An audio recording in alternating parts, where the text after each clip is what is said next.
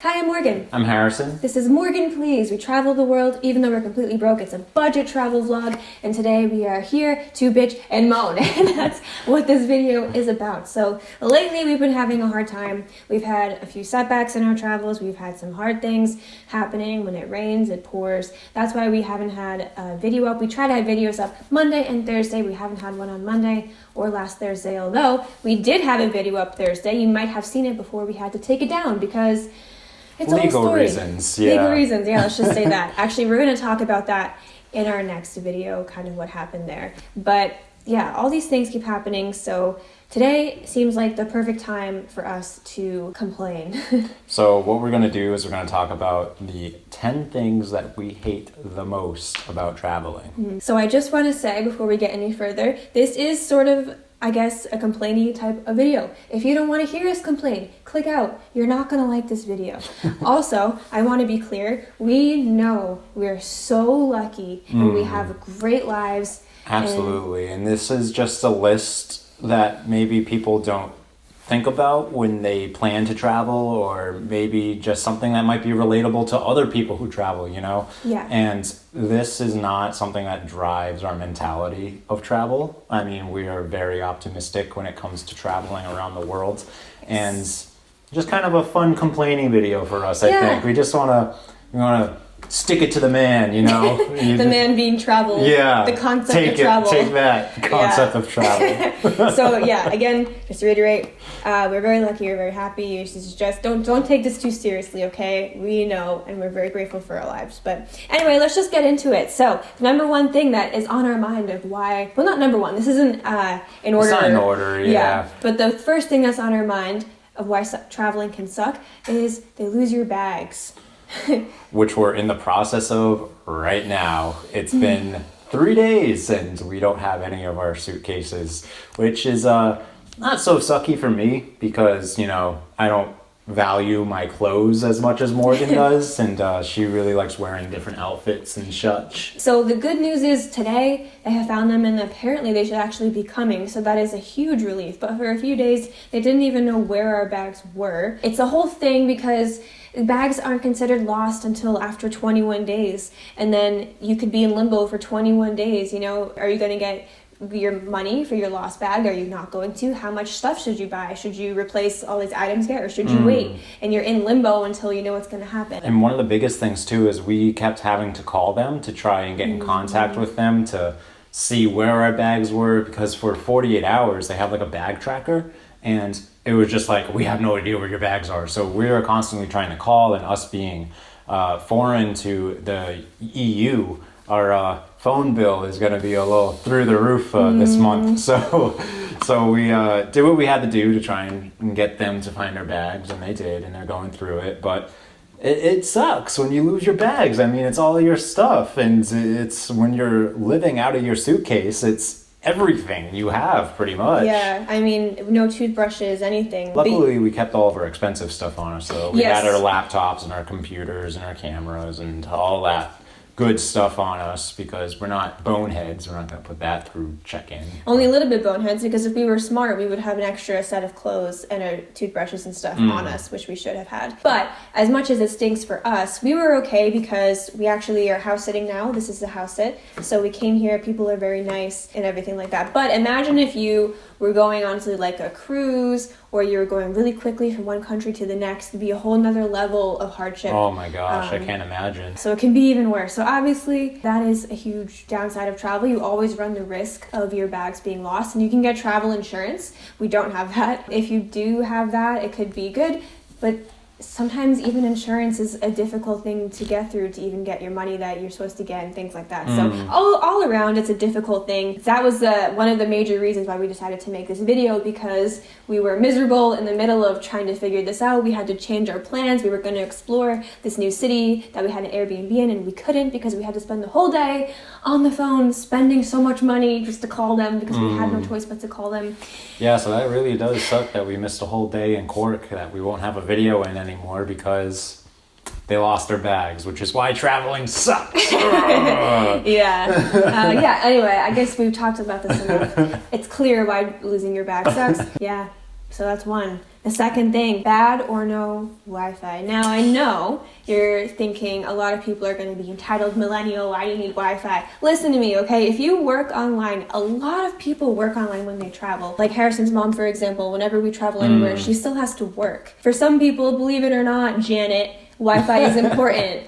And some people enjoy having Wi-Fi even if they don't need to work. If you're halfway across the world, you probably would like to get in touch with your family. Probably your mom wants to know where you are. And I don't think there's anything wrong with wanting Wi-Fi. But it can be difficult to find good Wi-Fi when traveling. That's always an issue. And it's especially when you are stuck in a place, not stuck, but like if you're staying in a place for like 2 weeks and they have bad Wi-Fi, it's like, oh boy. In Paris, actually, when we were trying to upload a video, it took 36 hours to upload a video. That was crazy. And that puts us a whole 2 days behind. And it's like, if only we had good Wi-Fi, that wouldn't have happened. Yeah, but it was still worth it because it was a great house sitting. Oh, absolutely, yeah. But it does suck. When you don't have the good Wi-Fi and all of your work gets behind. Yeah, because you're just not guaranteed it. You know, you're out of your house. Even when I went to visit, like, my brother in Italy, he had no Wi-Fi, not any fault of his own. And sometimes it's hard to get things done in other countries. And sometimes you'll have to go to a cafe to work and hope their Wi-Fi is good. And then you're spending money at a cafe that you didn't want to spend because you have no Wi-Fi. You know, actually, for some people, this might be a pro. People who don't like the internet and want to be away from it, maybe you will love not having Wi-Fi. Some people really don't want to have internet, so I guess that'd be a pro for you. But if you work remotely or you rely on Wi-Fi, it can be a downfall sometimes when you're traveling because you're just not guaranteed good Wi-Fi. Number 3, it can be expensive to travel, and you can have unexpected expenses. Wow, I was going to say the same thing. What a coincidence. Wow, yeah. Not you have this written down on the or floor anything. That No. Multiple times we've had trains that got canceled on us or something where we got to pay for like an Uber that we didn't expect to pay, where the train was 1/10 the price. And it's just, like you don't expect the stuff. Luckily, we are smart people, I would like to think. We are? Why? Oh, well, I am anyway, because we have enough saved up where if something does happen like that, we're okay. But in the long run, if it kept happening, like every single time, we would be like, what are we going to do? Like, we got to go home. Well, for example, it's unexpected expense to have to call the airline all day yesterday. Exactly. That's a lot of money we spend. And even though we have, savings, this is a budget travel channel for a reason. We really don't have a lot of money, so It does add up, and it's unfortunate because I think because we've had so many unexpected expenses, we had a goal to spend less money on our travels than we did last year.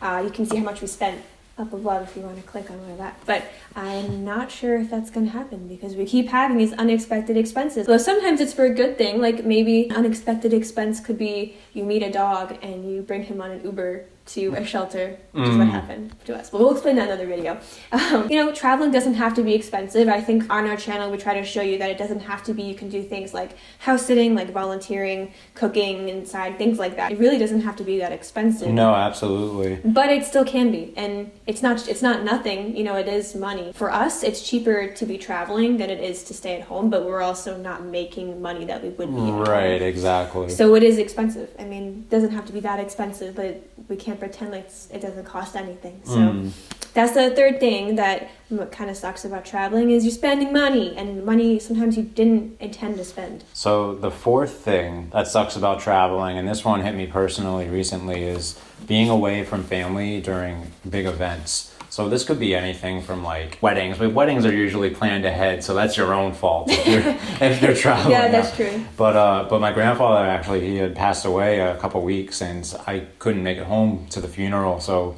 it was really heartbreaking to find out that news and to not be home with family during that time and all that, and to not be able to attend the wake or the funeral or anything like that. But luckily, with my videography backgrounds, they reached out to me to make the video for the wake and the funeral of pictures of him and to put it to music and all that. And I'm really glad that they reached out to me to do that, because for me it was my kind of closure almost to see the photos and to listen to the music that they picked, and to really like kind of have that memories of my grandfather, like, and revisit them, and it was really touching, and it really hit me. And if you're not home, then you can't go to those events, and you're stuck in Romania in the meantime. It sucks. Like, it's tough. Like, you feel like you're almost like missing out and on like a family events, and you can't make that up, really, you know. It's tough. But yeah, but there could be other big life events too. Like last year, my sister had a baby, and and my mom had a baby, and I missed both of them because we were out traveling. And again, those are more planned things, but we had already made the plans to travel for both of them. Yeah, and then they so rudely chose I to know get that pregnant. they couldn't have chose better timing. Unbelievable. Yeah, big or small events, sad Right. or happy. It is hard to be away from family. Okay, next on the list is Something a little happier. Lack of fashion. fashion. Sorry, I'm so blind. Yeah, so this is the next one. Number 5. 5. Oh boy, we're only halfway there. Number 5. It's so tiny. I can't read. Also, can't count to 5. You know this. Anyway, yeah. Number 5. Lack of fashion. So I know not everyone cares about this, and not that I'm the most fashionable person. Like, I think the fashion that I like, a lot of people don't like. I'm not into designer things, and I don't follow fashion trends. I follow what I personally like. But when you're traveling, no matter what kind of style you like, it is harder to have that. And I think the worst part is in the winter, because you can't have nice boots, you can't have nice jackets. I mean, you can, but it's harder to, especially those items take up so much more space. You can't have as many sweaters and things like that. A specific example is when we were in London last year, my mom got us these great jackets that we use all the time, and we brought them again. They're these like swishy, puffy blue jackets that just keep your warmth in. So they're very practical, and they fold up small. But everyone else in London has these beautiful big jackets with like furry hoods, and they seem so warm and they look great. And we just can't have those nice jackets. We have to wear these big puffy jackets and make a lot of noise when we walk, and they don't match anything, and they're just ugly. Like they're practical and they're great. And I like them. I know, you always say that. I like them, I know Linda. you do. I appreciate the jackets. Morgan, I know, she complains about these jackets like every time she can. Anytime she can complain about these jackets. No, they're good them. jackets, but like when everyone else is wearing these big, beautiful coats and you're wearing these dinky jackets, like you wish that you could have some nice winter fashion. Nothing wrong with being a little rough around the edges. Yeah. Yeah. Something at home too, like we like thrift shopping a lot. We do visit thrift shops here and all that, but we can't really buy as a lot. Yeah. Because like we have to carry where are we gonna whatever put it? we're buy. So at home, like, oh, I like this, and this. But here we have to like pick one, and most of the time none, because it's like, is it even practical to be having this around, you know? So number 6, Morgan.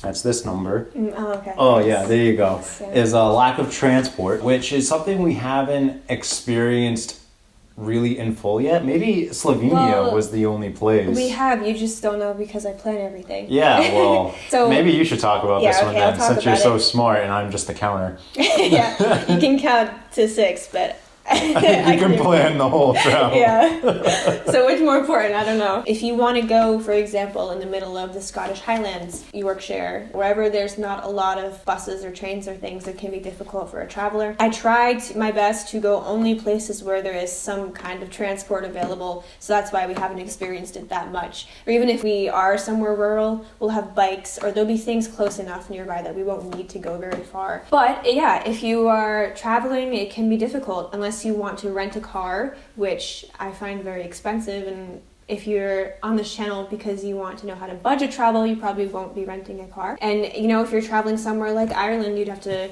you know, go on the other side of the road, maybe do stick shift, which I don't know if you're used to, which we're not. Actually our house sit host offered us their car, but it's stick shift, and neither one of us knows how to drive stick shift. So yes. Also, we're like, the bikes will work. Like, the bikes are good for us. It's also on the other side of the road, so it's a whole lot of new things to... Oh, yeah, on the left side, you mean. Yes. Yeah.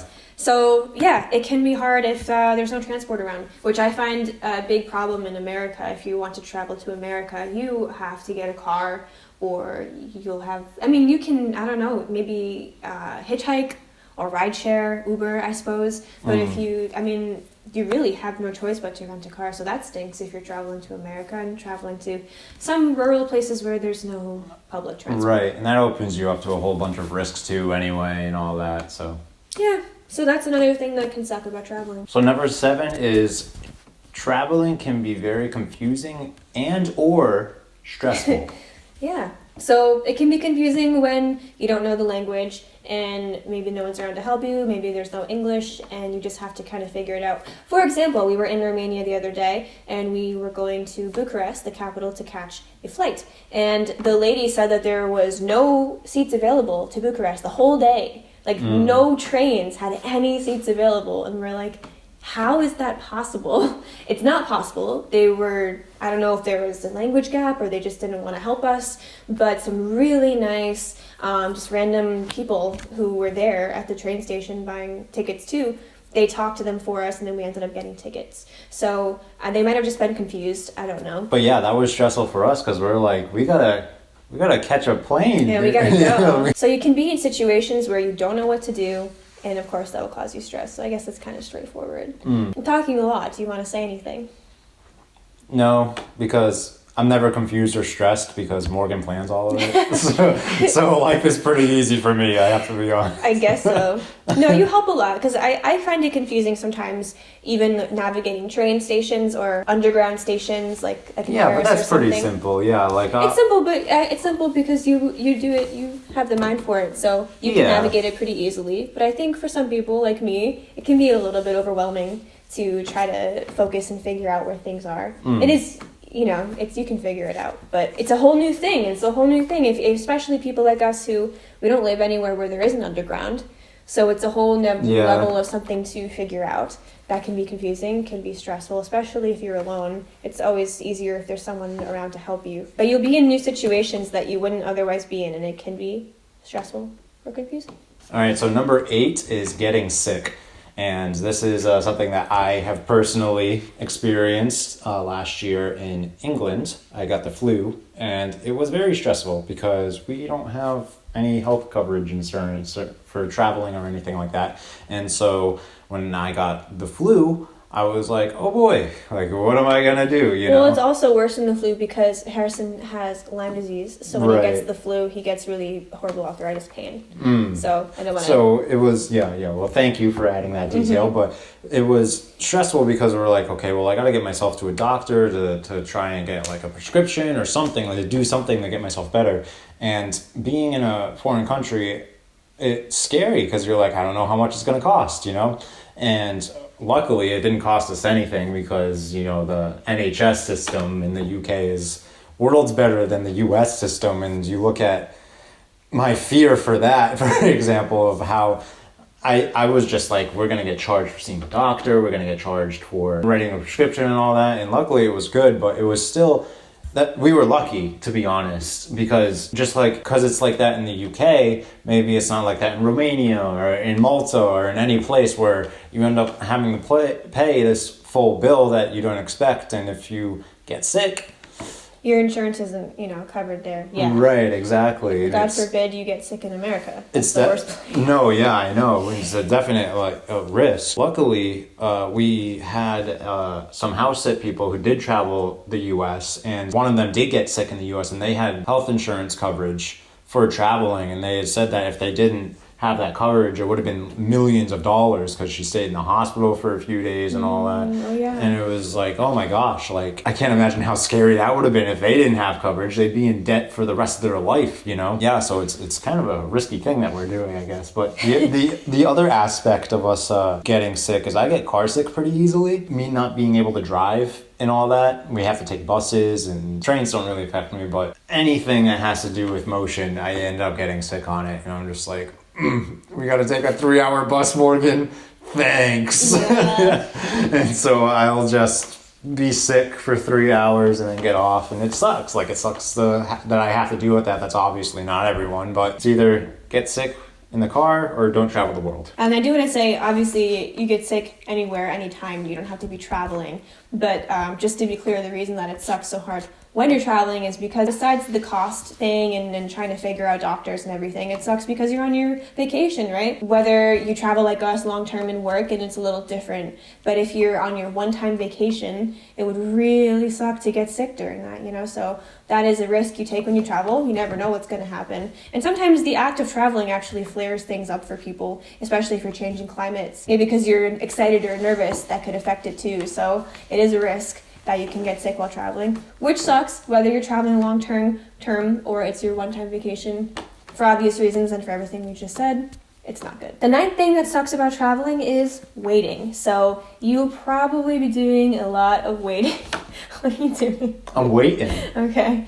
So you'll probably just wait a lot. You'll wait in lines for things. You'll wait on train rides, on buses, wait in the airport. We usually spend like whole days in the airport because even if your flight's at night, you usually have to leave your Airbnb by like 10 or 11 in the morning. And then we have nowhere else to go, so we just stay in the airport. And if you're unlucky, the airport has no Wi-Fi or maybe even no plugs. Maybe it's like got no air condition, which that all happened to us recently, which is just one of the many things that led us to making this video. But it just sucks. It just sucks to wait. Sometimes we have days of just waiting for the plane, waiting for the next plane, waiting for the bus. Then we miss the bus. You have to wait for the next bus. And we actually have a whole video on that where we had to wait 19 hours because we missed the first bus, and the next bus didn't come forever. So if you want to see that, it's up here. But even when I started this 6 months trip, because I went to the US to London to connect to Malta, my flight in London got delayed, and so it was literally 36 hours I didn't sleep from when I left the US until I got to Malta, because that flight in London was delayed by like 7 hours, 8 hours, and it was like, oh my gosh. And there's nothing I could do. Like I already had a 13-hour layover, so add another 7, 8 hours on top of that. I was just sitting in the airport for like 21 hours. It's terrible. Like it's like, ugh. Yeah, and that's what happens when you travel. Usually you're gonna have to wait a lot, unless you're like super rich and you've got like a private transfer, a private jet or something. Then you'll never have to worry about it. Yeah. But like us, yeah. Yeah. But if you're, normal, then you're gonna have to probably wait a lot, which can suck. So number 10, the thing that can suck about traveling. Is this even worth the 10th spot? Should we think of something different? No, not having a kitchen is definitely worth it, Morgan. Come on, like I love cooking. I love it. I love it. And when we're at an Airbnb or a hostel or a hotel, we're lucky to get like a microwave. And you can't do anything with a microwave. You make instant noodles. Like, what are you going to do? I like instant noodles. Oh, I know you do. You make me sick. But it's so homey to have like a stovetop and an oven, and in Sweden they had a pureer, and I was like, oh man, I made myself some hummus and I made myself some fruit juice and a smoothie, and it was amazing. It was awesome. And us in house sitting, we're fortunate enough that we get a kitchen most of the time, but in Romania, we only had a stovetop, so I was limited to like one pot meals and pasta and stuff like that. And I was like, oh man, I really want the oven, I guess it's more a problem of why I hate travel is because I love cooking. And you can't always cook when you're traveling. There's times where we go a month or two with no oven and no kitchen for me to be able to do that. And that again ties into it being expensive because now we have to go out and get food, or we just eat cold food from the supermarket, and it's not nearly as satisfying as a hot meal in my opinion. That's so true, because in Croatia last year, all through Croatia, we didn't have a house sit or anything. We were just doing Airbnbs. And yes, in Airbnbs you can choose to rent an Airbnb that has a full kitchen, but we're budget travelers and that costs more. So even though we would prefer that, we're not going to spend it because we don't have the money to spend on luxuries like a kitchen. So yeah, for all through Croatia, we ate like watermelon and like Sour Patch Kids and like nothing really. We didn't even have a stove a lot of the time, most of the time. Yeah, and it was horrible. It was just terrible. Food-wise, it was horrible. It sucked. Yeah, and like you mentioned, if you're trying to save money, you really need a kitchen or something to eat in. If you want to eat good anyway. So I guess that's it. Yeah, that's the 10 reasons why traveling can sometimes suck. I think we're going to make another video about 10 reasons why we love traveling because we want to balance it out. I don't know, these are just some reasons. I'm just saying, yeah. we got a comment the other day about, why is that guy there? Isn't saying anything. He's part of the show, okay? Just because he doesn't have a lot to does say. anyone care about the bloke? And I was like, I do. Everyone cares about you. My friend Kaylu, hi if you're watching, Kaylu, she said that Harrison's like Patrick from SpongeBob. Like, she was she's like, every show needs a Patrick. That's amazing. Yeah, so that's our thing, our list of 10 reasons why traveling sucks. I wrote a lot of this. Harrison ended up writing some too, but I brainstormed this yesterday as we were taking a bus. I was thinking about all of the things in my suitcase I would miss, and Harrison was sick next to me on the bus, and so I wrote this thing, just thinking about all the things. But yeah, so let us know other complaints you have about traveling. And again, I've already explained this, but you know this is just for fun. It's not that serious. We love traveling. We're very grateful for the life that we live, but there are bad things in life too, you know? Like, even if they're not that serious, even though we have a great life, not everything is always great. So thank you for letting us vent, and I feel a little bit better now, actually. So we got to get it out. Yeah, take that. The concept of travel. So yeah, thanks for watching. Please hit subscribe. We're gonna have lots more travel vlogs coming soon. We're working on a really cool one right now I'm very excited about, and we'll hopefully be up to date on our schedule from now on, because we're an established place now. Well, there's reasons what happened. Anyway, we'll talk about it in the next video, so just stay tuned for the tea. I'm gonna stop talking now. Yeah, Thank you for watching. Hit subscribe. We have a Patreon and PayPal link below. Thank you. Bye. See ya.